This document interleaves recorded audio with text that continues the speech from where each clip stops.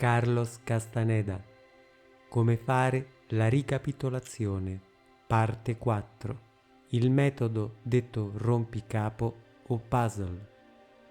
La differenza tra el ensueño e il sueño e come muovere il corpo energetico. Il testo è tratto dal volume L'arte di sognare, capitolo 8, la terza porta del sogno o del sognare. Attenzione! La citazione è tradotta in maniera letterale dagli autori stessi del video ed è tratta direttamente dalle edizioni inglese e spagnola, senza censure o adattamenti. Per un confronto con il testo originale in spagnolo o inglese, basta selezionare i sottotitoli cliccando sull'icona. Alla fine del video troverete una breve analisi letteraria e linguistica e inoltre la nostra recensione. Nota importante. All'interno del testo spagnolo troviamo due termini diversi per indicare il sogno, cioè el ensueño e el sueño. In italiano invece non abbiamo distinzione. Don Juan aveva spiegato a Carlos la differenza nel libro Tensegrità o Passi Magici. Nel capitolo terza serie Westwood, il terzo gruppo El Ensueño. Don Juan stabilì una differenza significativa tra i verbi soñar y ensoñar, che consiste nel sognare come fanno gli sciamani. In altre lingue, che non sono il castellano, lo spagnolo, non è così chiara la distinzione tra il soñar o il sogno, che è un sogno normale, e lo stato più complesso che gli sciamani denominano ensueño. La chiamano anche arte di spostare, è il punto d'encaje, dalla sua posizione abituale a piacimento, al fine di espandere e aumentare la portata di cosa si può percepire. Come vedrete nel passo che segue, Don Juan rimprovera un Carlos fiero dei risultati delle sue pratiche del sogno, dicendogli di non aver fatto un ensueño, ma un sueño comune corriente, cioè un sogno comune. Quando iniziai nuovamente a ricapitolare, rimasi molto sorpreso quando scoprii che le mie pratiche del sognare furono automaticamente sospese nel momento stesso in cui iniziai la ricapitolazione. Chiesi informazioni a Don Juan. Sognare richiede tutta l'energia disponibile. Rispose: Se c'è una grande preoccupazione nelle nostre vite, non abbiamo alcuna possibilità di sognare. Ma sono stato profondamente preoccupato in passato, dissi, e le mie pratiche non sono mai state interrotte. Deve essere che ogni volta che pensavi di essere preoccupato, eri semplicemente alterato in modo maniacale. Disse ridendo. Per los brujos, per gli stregoni, preoccuparsi significa che tutte le loro fonti di energia sono in funzione. Questa è la prima volta che hai impegnato la totalità delle tue fonti energetiche. Le altre volte, anche nella tua ricapitolazione, sei stato sempre lungi dall'essere assorbito. Don Juan mi diede un nuovo modello di ricapitolazione. La chiamò Recapitulación rompecabezas, la ricapitolazione rompicapo. Consisteva nel prendere eventi diversi della mia vita senza un ordine apparente. Ma sarà un disastro, protestai. No, non lo sarà. Mi assicurò. Sarebbe un disastro se permettessi alla tua mente di scegliere gli eventi che vai a ricapitolare. Ora, se si lascia che lo spirito decida, il risultato è opposto. Entra in uno stato di silenzio e lascia che lo spirito ti segnali l'evento che dovresti seguire. Il risultato di questo nuovo modello di ricapitolazione mi stupì su molti livelli. Fu davvero impressionante per me scoprire che ogni volta che mettevo a tacere la mia mente, una forza apparentemente indipendente da me mi faceva immergere immediatamente in un potente e dettagliato ricordo. Ma ancora più impressionante era quanto fosse sistematizzata questa configurazione. Quello che immaginavo caotico si rivelò essere estremamente ordinato.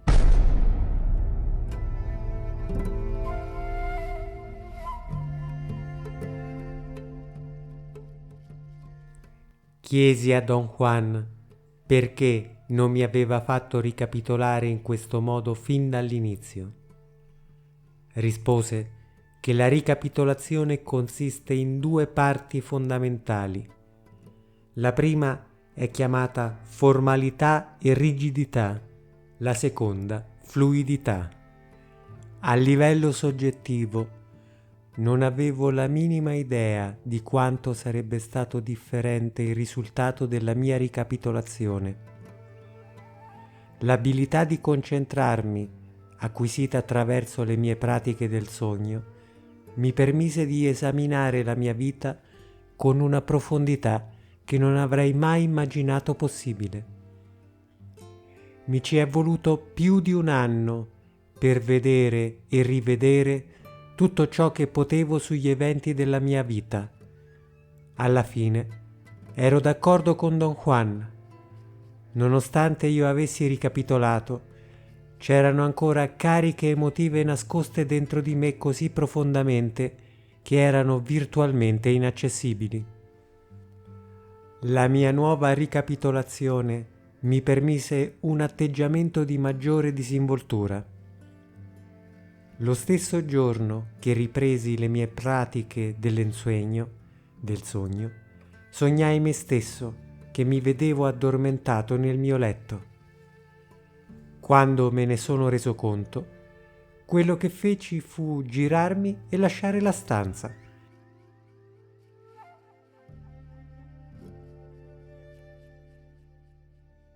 Scendendo faticosamente le scale che conducevano alla strada.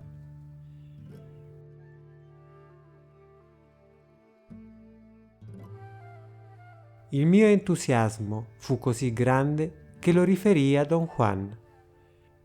Rimasi molto deluso quando lui lo considerò un sogno comune y corriente, un sogno comune, e non parte della mia pratica del sogno. Sostenne che non ero uscito in strada con il mio corpo energetico, giacché se lo avessi fatto avrei avuto una sensazione totalmente differente rispetto a quello di scendere per le scale. Di che tipo di sensazione stai parlando, Don Juan? Gli chiesi con vera curiosità. Devi stabilire una prova valida che ti permetta di sapere se stai davvero vedendo te stesso addormentato nel tuo letto. Disse, invece di rispondere alla mia domanda. Ricorda che il compito è essere davvero nella tua stanza, vedere davvero il tuo corpo. In altra maniera, è meramente un sogno. Se questo è il caso, controlla questo sogno e trasformalo in un ensueño, osservandone i dettagli o cambiandolo. Insistei affinché mi desse qualche indicazione su quale potesse essere una prova valida, ma rifiutò. Trova da solo un modo per convalidare il fatto che stai vedendo te stesso. Disse, hai qualche suggerimento su quale potrebbe essere una prova valida? Insistei. Scusa il tuo giudizio. Stiamo raggiungendo la fine del tuo apprendistato. Molto presto sarai solo. Poi cambiò argomento, lasciandomi con la netta sensazione della mia inettitudine. Non fui capace di dedurre cosa lui volesse, o quello che lui chiamava una prova valida. Nel sogno successivo, in cui vidi me stesso addormentato, invece di uscire dalla stanza e scendere le scale, oppure svegliarmi urlando, rimasi a lungo incollato al luogo da cui osservavo. Senza preoccuparmi né disperarmi, osservai i dettagli del mio sogno. Mi resi conto che il me addormentato indossava una maglietta bianca strappata sulla spalla. Provai ad avvicinarmi ed esaminarla, ma muovermi era qualcosa che non era nelle mie possibilità. Sentivo una pesantezza che sembrava far parte di me stesso. In effetti, tutto me stesso era peso. Non sapendo cosa fare, entrai immediatamente in una terribile confusione. Ho provato a cambiare sogno e tutto quello che sono riuscito a fare è stato essere consapevole più che mai di una forza enorme che mi manteneva fisso, guardando il mio corpo addormentato. In mezzo a tutto ciò, sentii l'emissario dire che non avere il controllo per muovermi mi aveva terrorizzato al punto che forse avrei dovuto fare un'altra ricapitolazione. La voce dell'emissario e ciò che disse non mi sorpresero minimamente. Non mi sono mai sentito così vividamente e orribilmente incapace di muovermi. Questa volta, però, non ho ceduto al terrore.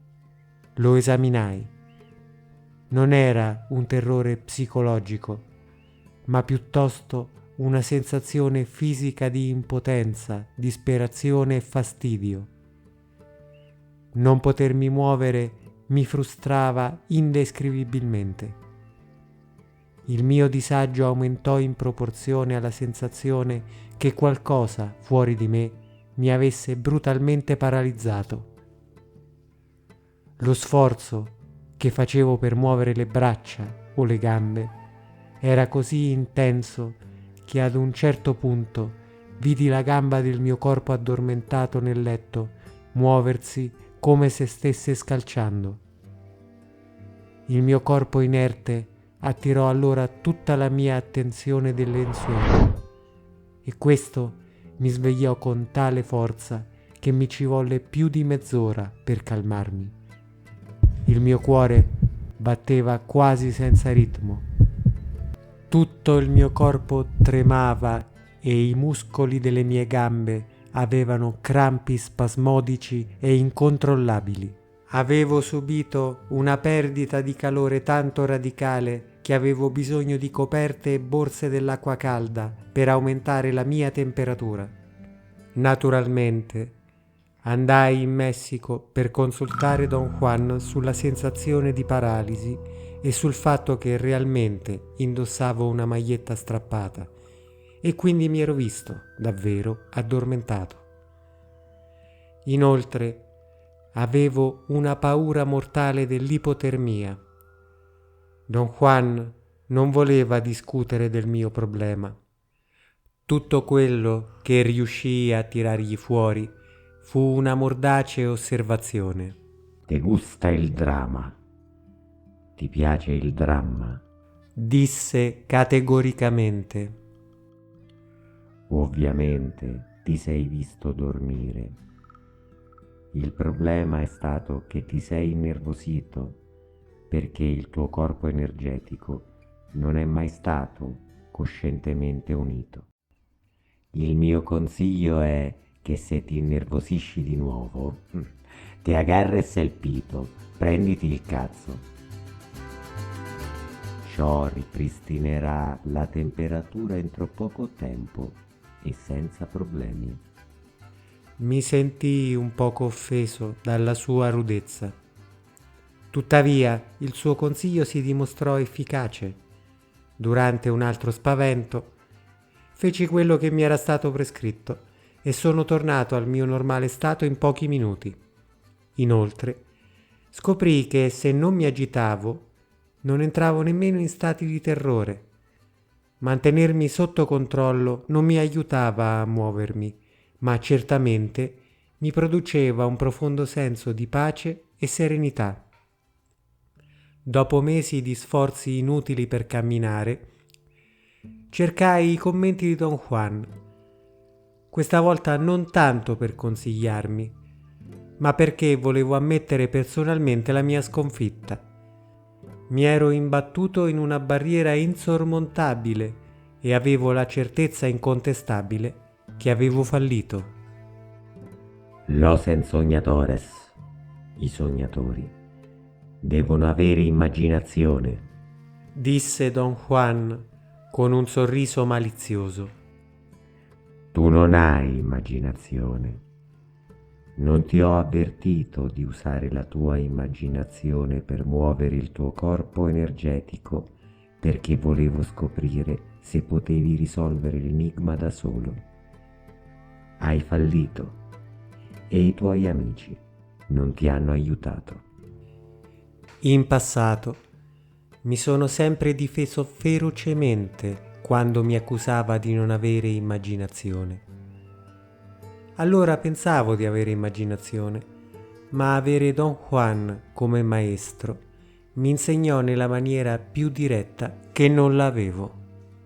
Ero già guarito dall'impiegare la mia energia in inutili difese. Di quale enigma stai parlando, Don Juan? Gli chiesi. L'enigma di quanto sia impossibile e allo stesso tempo quanto sia facile muovere il corpo energetico. Stai provando a muoverti come se fossi nel mondo quotidiano. Dedichiamo così tanto tempo e sforzo ad apprendere a camminare che alla fine crediamo che anche il nostro corpo energetico debba camminare. Non c'è ragione per cui dovremmo farlo, tranne per il fatto che camminare è primordiale nella nostra mente. Rimasi stupito dalla semplicità della soluzione. Seppi istantaneamente che ancora una volta ero bloccato a livello dell'interpretazione. Don Juan mi aveva detto che quando avrei raggiunto la terza porta dovevo muovermi e per me muoversi significava camminare. Gli dissi che capivo il suo punto di vista. Non è il mio punto di vista, rispose freddamente. è il punto di vista de los brujos. Gli stregoni dicono che alla terza porta l'intero corpo energetico può muoversi come si muove l'energia, rapida e direttamente. Il tuo corpo energetico sa esattamente come muoversi, proprio come nel mondo degli esseri inorganici. Perché pensi che gli inorganici non me lo abbiano insegnato? Perché quando il tuo corpo energetico imparerà a muoversi da solo, sarai completamente fuori dalla loro portata. Era prematuro da parte mia credere che ti fossi già liberato da solo. Lo sei solo relativamente, ma non completamente libero. Stanno ancora correndo, dietro alla tua consapevolezza. Sentii un brivido lungo la schiena. Don Juan aveva toccato un punto doloroso. Dimmi cosa fare, Don Juan, e lo farò, dissi. Sii impeccabile. Te l'ho detto decine di volte. Essere impeccabile significa mettere la tua vita in riga per supportare le tue decisioni e fare il meglio del meglio per eseguire quelle decisioni. Se non c'è decisione nella tua vita, la stai semplicemente sprecando in modo infantile. Don Juan concluse la nostra conversazione insistendo che pensassi profondamente su ciò che aveva detto. Alla prima occasione che ho avuto, misi alla prova il suo suggerimento su come spostare il mio corpo energetico. Al trovarmi a guardare il mio corpo addormentato, invece di sforzarmi di raggiungerlo camminando, semplicemente desiderai di avvicinarmi al letto. Istantaneamente stavo quasi toccando il mio corpo addormentato. Vidi la mia faccia. In effetti potevo vedere i pori della mia pelle. Non posso dire che mi piaceva vedere quello che vidi. La mia visione del mio corpo era troppo dettagliata per essere esteticamente gradevole. Poi qualcosa come un vento entrò nella stanza, disordinò tutto e cancellò la mia visione. Nei sogni successivi confermai pienamente che l'unico modo in cui il corpo energetico si può muovere è scivolare o volare. Ne discussi con Don Juan. Sembrò molto soddisfatto di quello che avevo fatto, il che mi sorprese davvero. Ero abituato alla sua fredda reazione a qualunque cosa facessi nelle pratiche dell'ensuegno. Il tuo corpo energetico è abituato a muoversi solo quando qualcosa lo tira, disse. Gli esseri inorganici lo hanno tirato di qua e di là. Finora non l'hai mai spostato da solo con la tua volontà. Non mi sembra che tu abbia fatto molto muovendoti come ti stai muovendo, ma te lo assicuro che stavo seriamente pensando di terminare le tue pratiche del sogno. Per un momento ho pensato che non avresti mai imparato a muoverti da solo. Il video non è terminato, segue la nostra recensione. Salve guerrieri, sono Marisha della pagina Facebook Carlos Castaneda Naguales. Inizio subito cercando di chiarire un punto fondamentale, cioè la sostanziale differenza del doppio o el doble, come inteso nell'arte del sogno degli sciamani dell'antico Messico e come inteso dal filone del paranormale americano o dall'esoterismo tradizionale. Molti ce lo hanno chiesto e qualcuno, quando è stato posto di fronte alle evidenti diversità, ha reagito in maniera abbastanza risentita ed indisponente, per certi versi persino puerile. Se Castaneda ha una visione diversa dalle vostre aspettative, nessuno vi obbliga a seguirlo e nemmeno è corretto insultare noi che stiamo soltanto cercando di ricostruire questi testi e farne una lettura letteraria e critica più verosimile possibile. Usualmente la gente è solita dire: mi sono staccato dal corpo e sono andato in astrale. Per Don Juan questa frase non avrebbe nessun significato. Qui si dà per sottinteso che due parti, una spirituale e una fisica, siano unite insieme e vicine. Quando una persona si addormenta, la parte spirituale si stacca e viaggia su altri tipi di frequenze. Invece Don Juan dice che abbiamo due corpi distinti, un corpo fisico e uno per sognare, detto corpo energetico. Andiamo con ordine e mettiamo insieme la spiegazione con le sue parole contenute nel capitolo 16 Ombre di fango del volume Il lato attivo dell'infinito. Don Juan descrive a Carlos il corpo energetico o doppio o corpo di sogno come un conglomerato di campi energetici e in contrappeso è più piccolo, compatto e pesante rispetto alla sfera luminosa del corpo fisico. I due corpi sono uniti e compressi da una strana forza agglutinante, considerata la più misteriosa dell'universo. L'unico dualismo accettato da Don Juan è costituito dal corpo fisico e il corpo energetico. Non ne riconosce altri, come per esempio tra bene e male e corpo e mente. Per le persone comuni, normalmente i due corpi sono molto distanti fra loro. Per questo motivo Carlos, nel passo appena letto, deve fare l'esercizio di avvicinarli. Qual è lo scopo finale? Attraverso i processi della disciplina, forgiare una replica esatta del corpo fisico, cioè un essere solido e tridimensionale, e viceversa, cioè far diventare il corpo fisico una carica di energia eterea invisibile all'occhio umano. Ma quali sono i termini in cui Castaneda indica il passaggio tra i due corpi?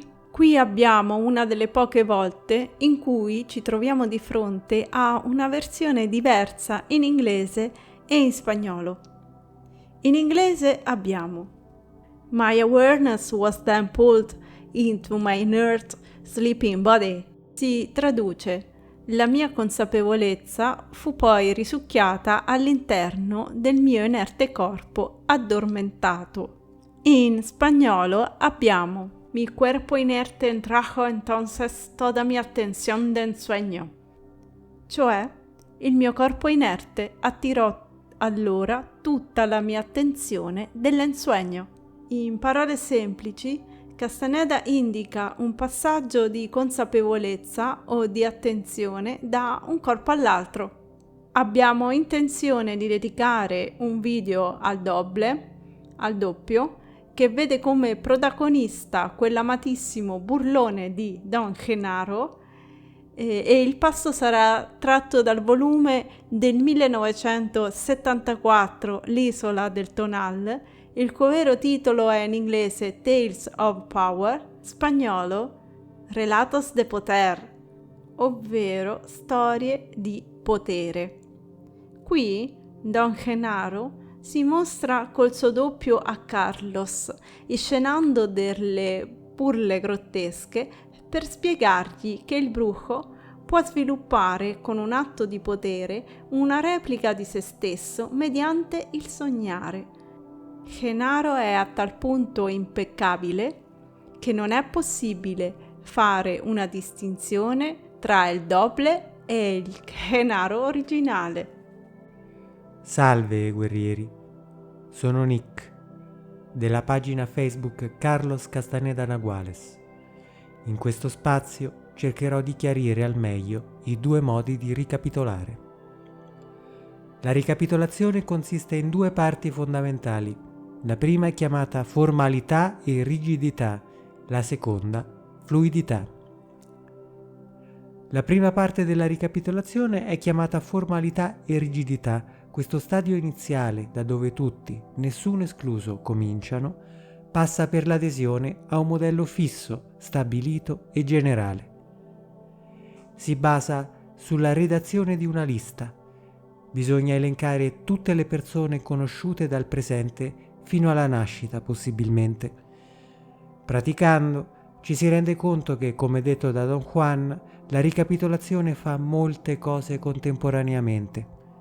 Recupera le nostre fibre disperse, espelle le fibre estranee, ci consente di allenare il controllo, fa emergere lo sporco delle nostre vite e ce ne rende consci, ci pone di fronte alla nostra ripetitività, insegna a comprendere lo spostamento del punto d'encaje, ci permette di ricanalizzare energia dispersa verso i centri e molto di più. Tale lavoro, per un individuo estraneo al mondo dello sciamanesimo, necessita di tempo. Ciò serve a costruire una visione alternativa, o sarebbe meglio definirla una descrizione del mondo alternativa a quella presa dal contesto sociale in cui si è sempre vissuti. Il miglioramento dell'utilizzo delle proprie energie, la ripulitura della propria struttura dalle contaminazioni esterne e il conseguimento della consapevolezza di alcuni meccanismi permettono la crescita necessaria per poter affrontare il passo successivo. La seconda parte della ricapitolazione è chiamata fluidità. Questo stadio prevede il conseguimento di un grado reale di capacità, prima cosa fra tutte, avere la capacità di tacitare la mente. Uno degli scogli più difficili che le persone trovano nella prima parte della ricapitolazione è acquisire la capacità di controllo di seguire ordinatamente i ricordi senza vagare. Lasciarsi trasportare dalla grande mole di immagini con cui la nostra mente ci inonda è un errore che tutti abbiamo commesso. Il superamento di questo passaggio, spesso sottovalutato, rappresenta l'inizio pratico della capacità di tacitare la mente. Altro passaggio fondamentale è aver raggiunto la capacità reale di far scegliere lo spirito. Nella realtà pratica non esiste una procedura, si tratta di qualcosa che si fa, ognuno a suo modo, costruita nel tempo, seguendo le conferme che ognuno ha trovato sul suo cammino. Quando questa operazione avviene, il fatto cioè che lo spirito ci indichi un evento da ricapitolare da cui partire, ci fa trovare spesso di fronte a risultati inaspettati, letture molto diverse dei fatti della nostra vita dei quali non ci siamo mai resi conto fino a quel momento. Di solito il controllo richiesto è molto alto. Le concatenazioni di eventi sono spesso sconvolgenti e diveniamo improvvisamente consapevoli di cose alle quali non eravamo mai arrivati, spesso difficili da accettare anche da praticanti che molto hanno lavorato per diminuire la propria importanza personale. Detto questo, ricordo a tutti che la ricapitolazione è una pratica individuale e non può essere guidata da un operatore esterno. Dovete riuscirci da soli. Cercate tutti di trarre il massimo per voi stessi da questi insegnamenti, è soltanto nel vostro interesse. Nei prossimi video parleremo dei rudimenti della respirazione in generale e come applicarla alla ricapitolazione. Buona pratica a tutti!